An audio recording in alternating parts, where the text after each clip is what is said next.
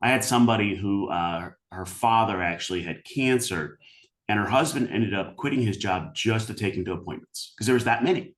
They weren't financially supporting them, but it was a financial burden because they cut out one income.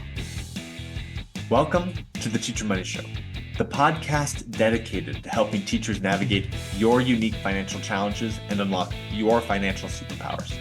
I'm your host, Sean Morgan, a full-time teacher. That's right, I teach every day just like you, and personal financial coach. And I'm here to help every teacher, whether you're a seasoned teacher looking for fresh insights, or a new educator navigating your first paycheck, or you might have aging parents that you'll need to care of soon, to have a richer wallet, classroom, and life. The contents of this podcast are informational in nature and are not legal or tax advice, and neither I nor my guests are engaged in the provision of legal, tax, or any other advice. You should not act upon this information without first seeking appropriate advice from an accountant, financial planner, lawyer, or other professional. I'm super excited to have Jay Zigmont on the show today. PhD, MBA, CFP, and all the other letters after his name that you could possibly need. He's the founder and CEO of Childfree Wealth, a life and financial planning firm dedicated to helping child-free and permanently childless people. Childfree Wealth is the first life and financial planning firm dedicated to serving child-free people. Dr. Jay is a certified financial planner, child-free wealth specialist, and author of the book Portraits of Child-Free Wealth and the upcoming book, The Child-Free Guide to Life and Money. Dr. Jay is the co-host of the Childfree Wealth podcast. His PhD is in adult learning from the University of Connecticut. And he's also an expert on handling the end-of-life process for aging parents, which is what we're going to be talking about today. So I'm just super excited to have Jay come on the show and share his great wisdom with us. Hey, thanks for having me, Sean. It's one of those things, you and I are about similar-ish in age, and all of a sudden, like, hey, we got to care for our parents at the same time because it's an interesting discussion. Yeah, this actually stuck out to me as something that I really wanted to bring up because my parents cared for multiple sets of my grandparents. My grandmother, when I was in high school, started having Alzheimer's and eventually declined and passed away right before I graduated high school. But they built an addition to our house to try and care for her in the beginning stages of her Alzheimer's, and then that addition went on to caring for my grandfather, who passed away a number of years later, and then my mom basically moved to where my other grandparents lived and cared for her father as he passed before he passed away for a number of months, and then moved my other grandma back in with us into that same apartment. So it's just decades, really, of caring for grandparents that I got to witness and the effect that has. And I know that it's important to be prepared for that. And we're really grateful that they were able to do that. So I'd just love for other people to be prepared if they end up needing to do that. So I feel like people don't really expect to care for their elderly parents. We just don't even think about it. We're like, oh, they're just our parents. But they're going to get old, and when we're getting older, and but we don't really think about it so much.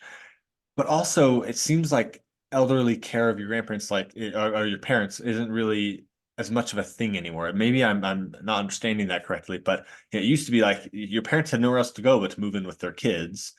But now there seems to be other options. So is elderly care for your parents on the decline? Do parents just provide for themselves in their ending year more, or years more, or is this something that people need to be concerned about? So when you say caring for parents, there's a wider range of things. So your parents followed kind of the old school model. You just move in. Like that was kind of what happened. My wife and I, we've had this discussion. My mother's been disabled most of her life, and our answer is, well, nobody lives with us. It's just kind of it's a boundary. It's not necessarily we don't like them, or it's just there's certain difference in life, but we'll care for them in other ways. And I think the challenge is the long-term care system in the U.S. is just a mess. I mean, I'm just being honest to that. And there's a study, U.S. Census looked at adults over 55. Now, I work with child-free folks, people who don't have kids ever, and they found that for childless folks, less than 2.5% get any financial support from their family in their older age. So we always kind of know that's an issue for us. Well, in that same study, they found that of parents, 1.5% are getting any financial support from their family. So Statistically, like nobody. I mean, that's the truth of it. And this assumption, hey, I have kids, they're going to take care of me when I'm older, may or may not be true. But there is often an expectation that if your parents get sick, you're going to take care of them. But you were talking about Alzheimer's examples. Well, Alzheimer's one of those that you could be caring for a parent or grandparent for decades, not days. And that might be 24-hour care. You might not be able to do it. And Alzheimer's care is actually one of the most expensive. It's about $115,000 a year for a skilled nursing facility. And that's just, I mean, it's kind of crazy. Like to think about how do you pay for that? And if your parents haven't planned for it, if you haven't planned for it, it's going to make some rough choices. Yeah, that's and it doesn't go quickly. Like, it's one of those diseases that doesn't kill you fast. I mean, it doesn't really even kill you. My grandma had a bad fall and then declined from there in the regular pattern of someone who's elderly, not from the Alzheimer's. So it is a very slow process, and that's something to be prepared for sure. So you mentioned the difference between financial support and just supporting your parents. Can we go into a bit more of like, if we're not expecting financial support, if that's not really what the reality is, what kind of support you're talking about then? Yeah. So, I mean, some of it's the simple stuff like, hey, who takes mom to the doctor's appointment? Like, it sounds silly, but like that takes time. You have to plan your schedule around it. You have to do that.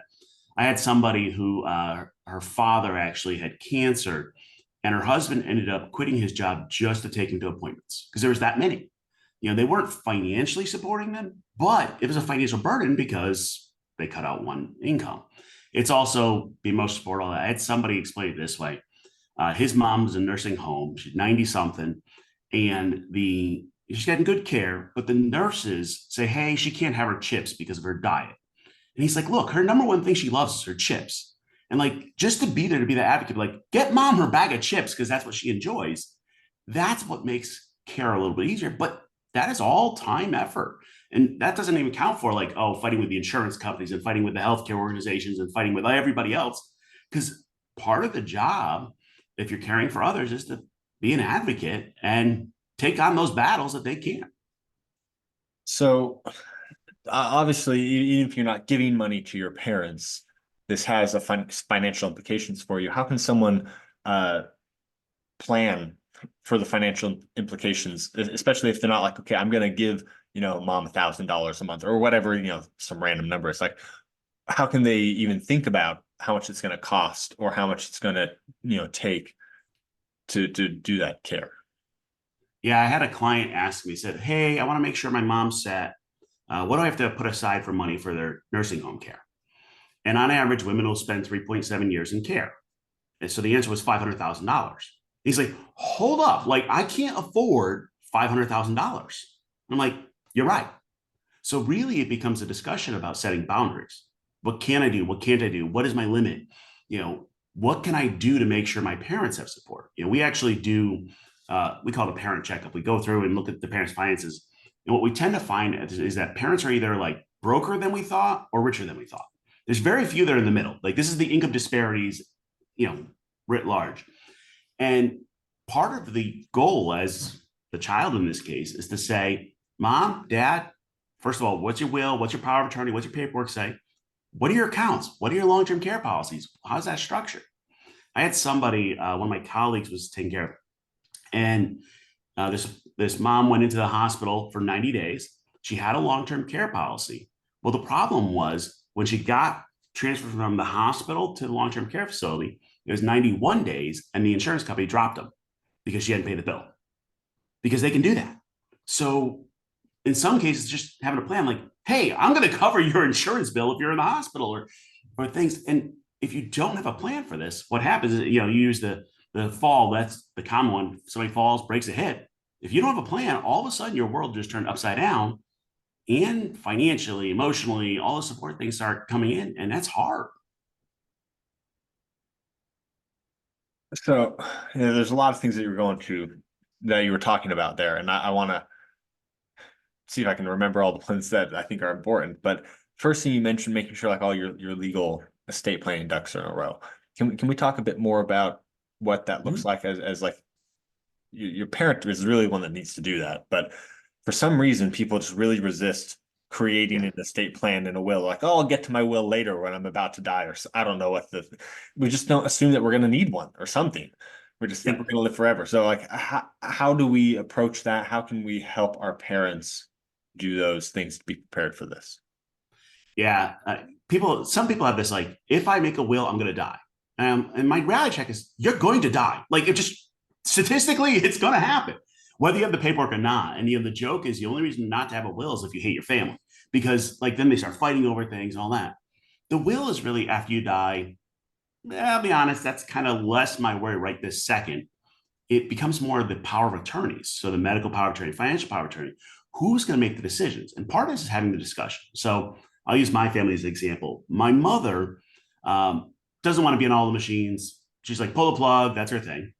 My father wants all the machines forever. Now, if my father is my mother's power of attorney, he's actually probably not going to follow her wishes, which becomes interesting. Well, that's why I'm named the power of attorney. That's part of this process. But you need to have these discussions of who's making the decisions, what do you want, and if you have multiple brothers, sisters, how are we splitting this apart? Because you don't want to be fighting with your siblings on like, hey, this is what mom wants.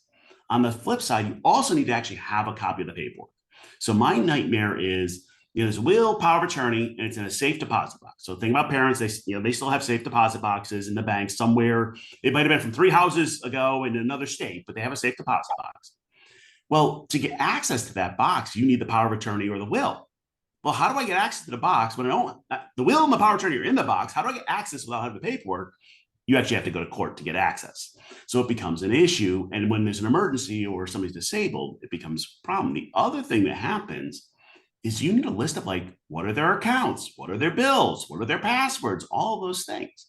I was working with a couple and he had Alzheimer's, had always taken care of all the bills, actually had done a very good job financially. Well, she had no clue what happened. Well, he gets Alzheimer's, like, we're years later still going like, where's this account? Like, how's this work? Where's this money coming from? Because all that paperwork's not in place. Well, if you're taking care of your parents, you're like trying to pick up where they left off, it could be a nightmare. And my neighbor had my favorite example. His father growing up always had gold coins as a like rainy day fund. Like this is old school depression era type thinking. He had all told all the kids, hey, if there's an emergency, we have these gold coins. Well, he died and never told anyone where the coins were. As best we can tell, it's about $250,000 in gold coins that are somewhere buried in the yard, probably. Like, we have no clue. And like, you don't think about these things until it's too late. And like, hey, if your parents just had a stroke and you're not trying to have a conversation about who pays your rent, like it becomes a nightmare. Yeah, that's so important. The conversations I've been trying to have, casual. It's kind of have casual conversation about this, but anytime I visit my parents, I have a casual conversation about these kinds of things. Just try and get some information so that way I have it. But it is kind of hard to bring it up. Although I am grateful that my mom told me, look, we've got a lot of silver, saved up because also got that generation, and it's in a tin can. If you feel a tin can that's heavier than all the others, do not throw it away. So, that's a key consideration is, asking your parents, do you have, some sort of rainy day fund? Do you have something, that we need to know? Is there like a hidden secret somewhere? Or where can we find out the information about the hidden secret if you don't want to tell us yet? Like that is huge. But, like I said, having that conversation is kind of difficult. So how do you bring up that conversation of we need that was frankly overwhelming. Like all your passwords, all your, your power of attorney. We need, copies of your will. We need this and like, is like a list of things that you need. Can like how would you talk about that conversation? I know I'm throwing a bunch of questions at you, but like, what are the steps to do that? Yeah. I'm going to send you a couple of links. You can include the show notes on planning for parents, but there's also a list of questions. Women's World did an article, and there's kind of two sets, one around medical, one around financial. And I'm going to give everybody a gift here. Everybody gets to say, hey, I was listening to Dr. Jay, he was talking about finances, and he says I need to talk to you about this stuff. Blame me. Seriously. The hardest part is like just starting the conversation. I need to know this stuff. And we'll sometimes we'll do this with our clients. We'll meet with their parents, and sometimes it's easier for me to ask the question, and then I can be the bad guy. That's fine. But you need to start the conversation. What usually happens is parents may start with kind of like, well, why are you asking me that question? And you may have to say, look, I don't care about the estate. I don't care what I'm getting. Like, that's not the point. Like, I'm not over here like counting my chickens and saying, hey, this is what I'm getting. I need to know how to take care of you. And then they may go, well, but I'm young enough, not an issue, whatever. Well, I had somebody had a stroke at 55, and like the whole world comes to an end. You know, these things, you need to have that conversation as early as possible. The other kind of cheat way to do it is go get your own will and power of attorney done, and then go to your parents and be like, hey, I just got mine done. Do you have yours?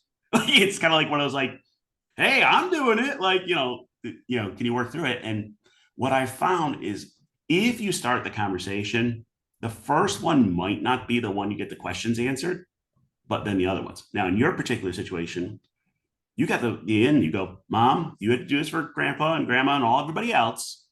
I want to be prepared for it. I want to prevent the issue you dealt with grandma or whatever, because there's always some issue. There always. I want to prevent that. Let's have that conversation now. And that's where they go, okay, I get it. And the hard part is you're kind of parenting your parent. So there's a moment there, but it's so important. If you ever have somebody in your family, aunt, uncle, grandparent, whatever, that somebody's caring for, and there's been a crisis or couldn't find the will, like perfect time. Let's talk about take advantage of it.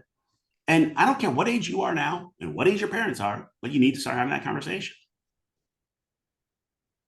That's awesome. Blame Dr. J. That's your excuse. I think that's fantastic. Dr. J told me we need to have the conversation. That's great. And he mentioned the show notes. Of course, you can find all the show notes at teachyourmoneyshow.com/podcast. So go there and you'll be able to access those links that he's going to share with us. So we kind of got away from finances here for a minute. So I want to make sure that we understand this. Is there any way that you can estimate the financial impact, even if you are not directly paying for your parents' medical or for anything like that? Like, is there a way that you can consider the time impact? Because time and money are basically the same thing of having an aging parent that needs care. Yeah, so there's some tools that actually will make guesses, but it's kind of like crystal ball land because you don't really know what your care of your parents going to be like, where your life's going to be, like all that. I think that's why I start more with setting boundaries of what you can and cannot do. So, for example, are you willing to take time off of work to take care of a parent? Are you like 1,200 miles away, so you can't? Like, what are those things? Excuse me. When you have a couple, one of the interesting dynamics becomes like, oh, well, one set of parents has a whole bunch of money and one set of parents has nothing. How does the couple then plan for caring for one set or whatever? So it's part of this having this discussion. I had somebody, they were trying to figure this out. And what we ended up doing with them was we put X amount per month aside into a parent fund. And I was like, ooh, now it's not necessarily that they're going to use the money for parents' care, but like if I have to take time off of work, I'm going to use that money for that. Like I have that safety net. Now, what happens if you've done that? You've got that there. If your parents don't need the care, at the end, you can take that money and put it towards your long-term care or whatever else, but you've got a little cushion.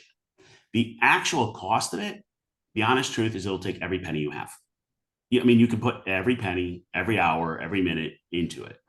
You need to have an understanding of what your parents' situation is. So about 2/3 of long-term care in the US is covered by Medicaid.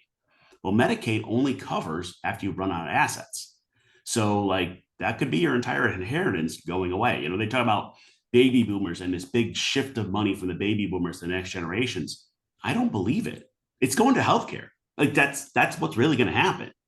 And that's part of your plan. And I have people, they kind of live in la la land a little bit. Either like, I'm not getting an inheritance, even though their parents have a lot of money, or they're thinking, I'm not going to cover finances for my parents. Well, that's not true either. Because I'll tell you, I worked as a paramedic and worked in healthcare, and I've been in some Medicaid facilities, and a lot of them are really, really bad. I mean, it is. There are a few decent ones out there, but most of them you can't get into.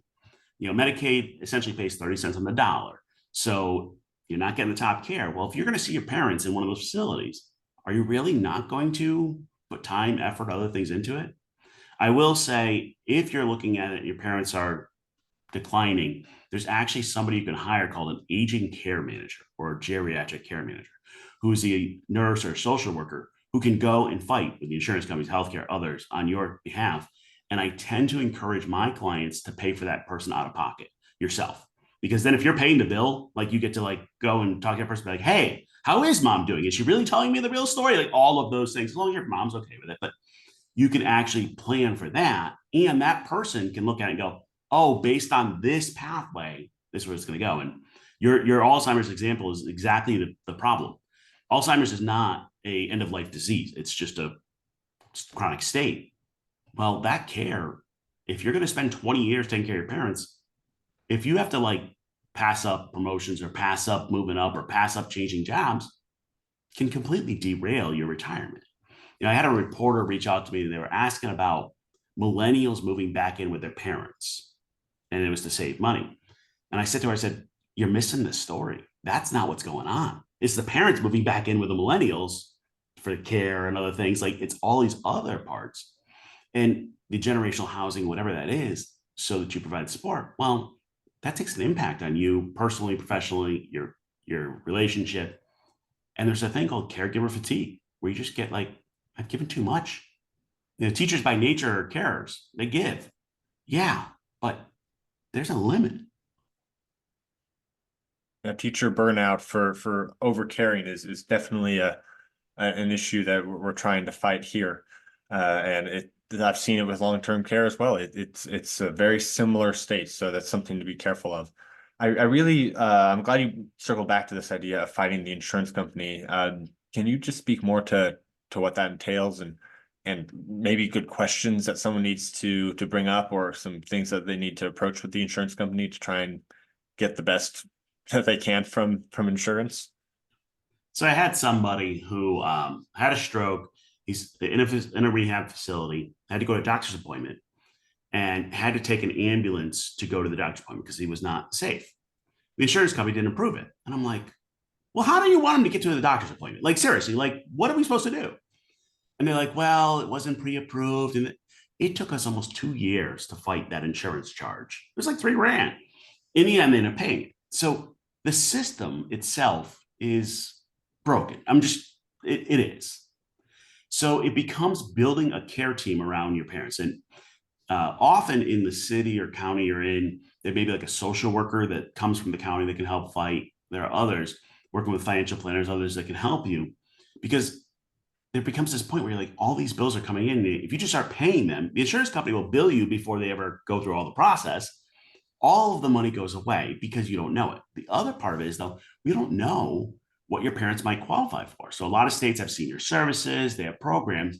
Well, if you don't apply for them, you're getting nothing.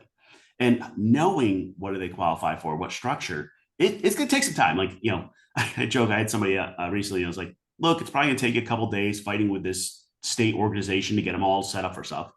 But then the parents have like meals on wheels and other things that can provide support that you're not having to pay for. So it becomes this balancing act. I don't expect anyone listening to become an expert at fighting with insurance companies. Like, just it's not. But how do you have those conversations? And by the way, do you understand what your parents have for insurance? People think, well, Medicare will cover it. No, Medicare does not cover long-term care at all. Like, they'll cover 90 days of rehab, but 91 day, forget it. They're like, you're on your own. And that's hard because we're like, well, I had this insurance, or I had this, I had that. I'm like, yeah, but it doesn't cover what you need. So making sure that your parents' insurance is the right insurance for what they're going to need is also part of the game, because they might be keeping their old insurance from just when they're working, and that's not what they are going to need anymore. So updating your insurance, I think that's a very smart plan. How much does one of these advocates that knows all these things and does them for you cost? Yeah. So most of the aging care managers, Jared, something like 200, 250 an hour. You pay them by hour. The problem is the good ones are busy because like the need is just huge. So you have to get on the waiting list and like, I hate to say it, but literally wait for somebody to die before they open up a space. But look at it this way. You pay somebody 250 an hour to go fight with the insurance company for a $3,000 bill. The math works pretty quick. The other thing I like of that is if you are not like right down the street from your parents, it gives you a second set of eyes. and it's a professional on your team. Now, the insurance companies will offer you an aging care manager, but that one, well, they may, depending on the policy, that one's there to protect the insurance company. Like that's literally like, like they're advocating, but they're advocating for a different, it's he who pays the piper calls the tune is kind of the routine. That's why I often look at, say, okay, is there something that the county or the city offers? There's different ways, but you have to build a team. You end up bringing in somebody from the financial side, from the medical side, from the tax side, all these things to work through so that you have support. Because if you have to sit there and Google this forever, you're going to spend, a week looking at something that this person can do in an hour. It's the question of, is your time for a week worth more than this $250 for the hour or whatever else it is? That's a good point. I think that's fantastic. So we've covered that it's not necessarily your own money that's being spent on your parents, but we have your time investment, maybe loss of opportunity. We've talked about insurance companies, making sure you have that advocate. We've talked about preparing for the power of attorney and understanding all of the ins and outs of basically their life with passwords and insurance and taxes and bills and all that stuff. Is there any other key idea that we've missed that someone needs to understand as they're going into long-term care for their parents? So I'm actually going to call something out. And if you're not watching the video, you got to look at this. Behind Shaun, there's a sign that says, make an effort, not an excuse. All right. And that's almost the entire message of this, long-term care, caring for your parents. If you don't make the effort up front, you're like, well, I'm too busy. I got this. I don't have the money. Like, you can start making the excuses. And by the way, you go, well, the system's broken. Like, we can all day long be talking about that stuff where that little bit of effort up front will help you. And it's hard because people are like, this is like tough stuff to talk about. Yeah, but it's a lot harder than when mom's in the hospital and you're trying to figure this out. Like this is the prevention thing going, hey, what do we do? And I think the hard part is people are like, I'm busy worrying about my own stuff. Do I have to worry about my parents' stuff too? Yes, you do. And that's just that little bit of effort will save you big time in the future. I think the hardest effort may actually be the discussion with your spouse. If you're married and going, what are we going to do? Like, what are we willing? Are we willing to give up our retirement for this? Are we willing to give up our vacations for this? I mean, and I make no judgments on like, hey, whatever your boundaries are, that you get to set them.